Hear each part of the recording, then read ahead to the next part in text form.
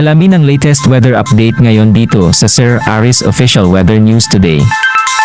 Narito nga ating latest satellite image kung saan may kita natin na may minomonitor pa rin tayong low pressure area sa loob na ating Philippine Area of Responsibility. Kanina alas 3 ng hapon, ito ay huling namataan sa layong 555 kilometers.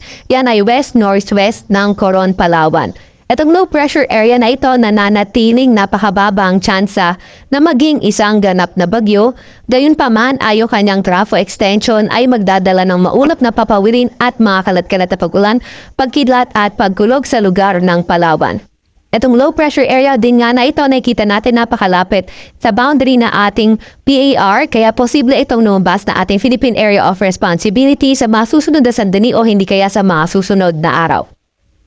Samantalang easterlies o yung mainit na hangin galing Karagatang Pasipiko ang nakakaapekto sa nalalabing bahagi ng ating bansa. Itong easterlies nga, magdadala ng maulap na papawirin at mga kalat-kalat na pag-ulan, pagkidlat at pagkulog sa Caraga, Davao Region, pati na rin sa Southern Leyte. Kaya yung ating mga kababayan, lalo na yung mga inuulan ng mga nakaraang araw pa ay pinag-iingat sa mga banta ng pagbaha o hindi kaya pagguho ng lupa.